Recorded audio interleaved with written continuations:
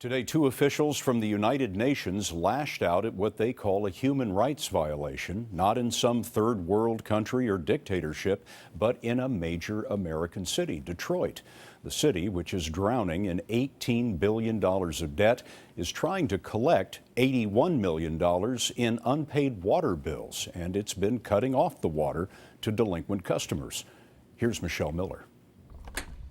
By 11 p.m., Rayanne Sadowski has worked two jobs, but still makes time to pick up water from friends and neighbors. Water to flush her toilet, cook, drink, and bathe. The city of Detroit cut off service in August after she failed to pay her $800 bill. I do owe the money. I use the water, but being able to afford to pay for it is another story. Why can't you afford water? When you make $25,000 a year, you have to pay $500 a month in rent on top of my health insurance. I'm literally over my head.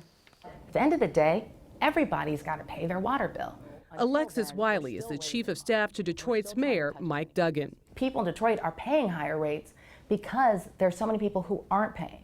Since March, Detroit's water department shut off service to homes nearly 26,000 times. Within 2 days, 85% of those delinquent made a partial payment. Nice to meet you. This United Nations human rights team has spent the last 3 days asking why the shutoffs are necessary. Excuse me, but you have the highest rates of poverty as a city in the country. Leilani Farha and Katerina de Albuquerque led the mission. We suggest that the city of Detroit restores water connections to all residents unable to pay.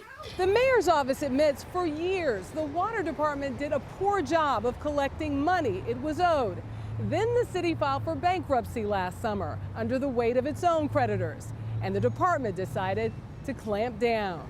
Whose water? Our water! After a summer of protests, the mayor allowed low-income residents to get a 2-year payment plan. Some even qualify for public and private grants. Our job as a city is to help as many people as possible, help all our customers. With 2,300 homes still without water, the UN says it will keep pressuring the city until shutoffs stop. Michelle Miller, CBS News, Detroit.